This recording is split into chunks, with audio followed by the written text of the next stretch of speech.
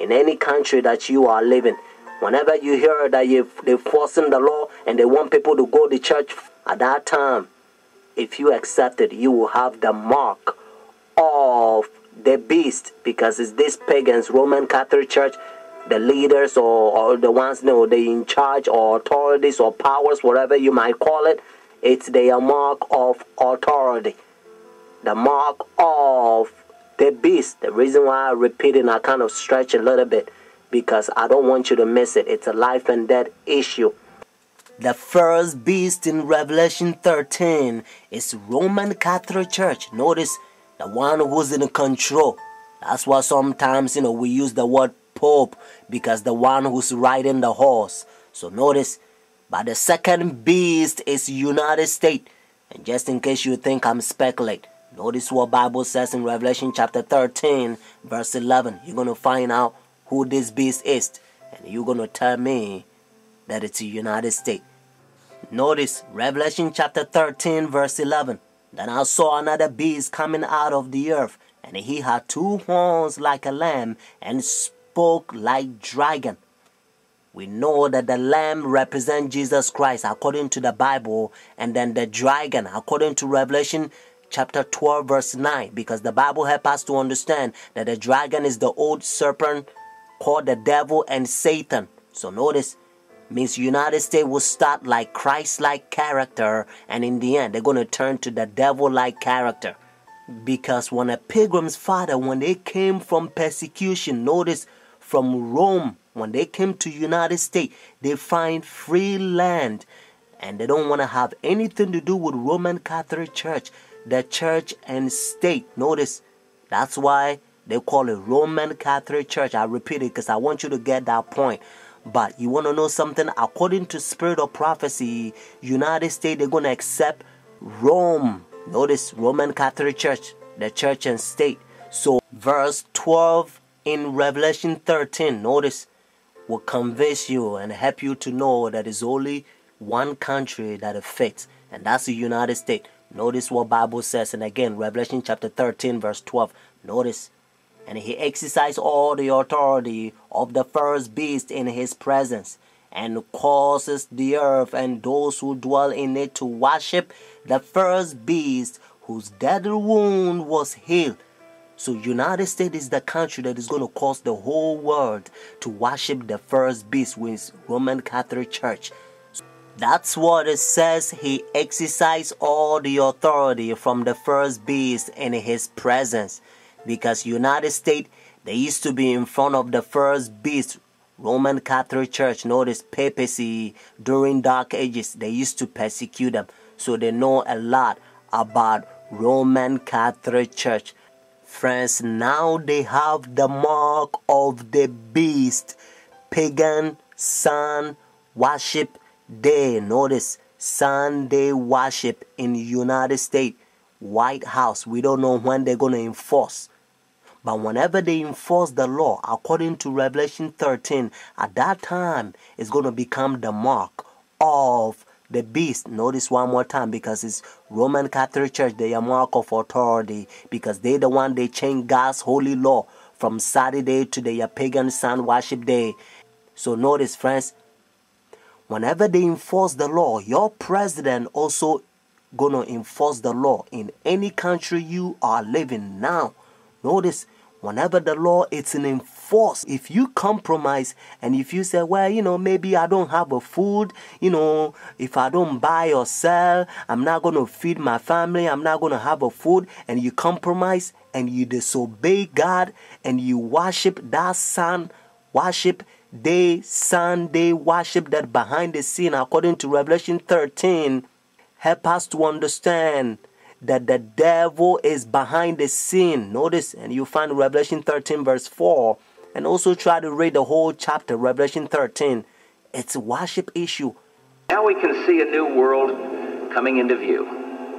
A world in which there is the very real prospect of a new world order. Pope Benedict XVI is calling for a new world financial order. The document, entitled Charity and Truth, was released just hours before the G8 summit.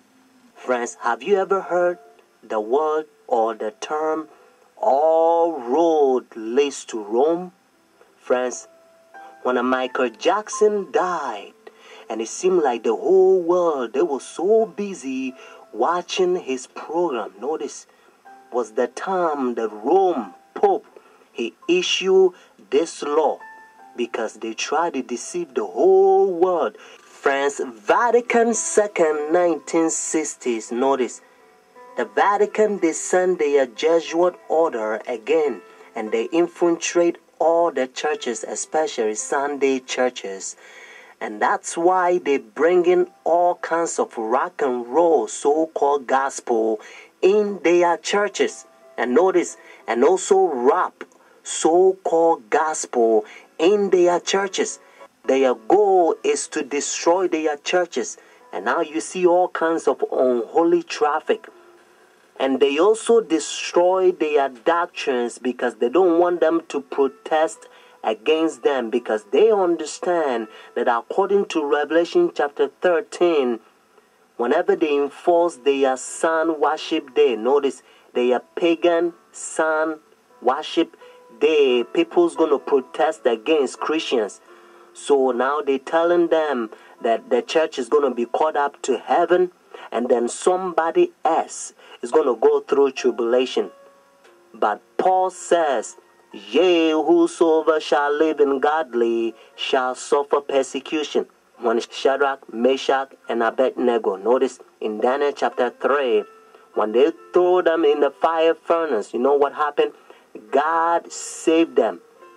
And according to Daniel chapter 6, King Darius, when they threw Daniel in the lion's den, God saved Daniel.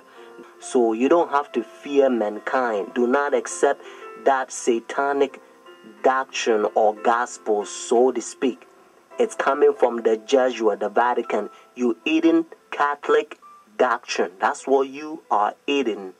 That's why, and again, Revelation chapter 17, the Bible called this power the whore, the mother of harlot.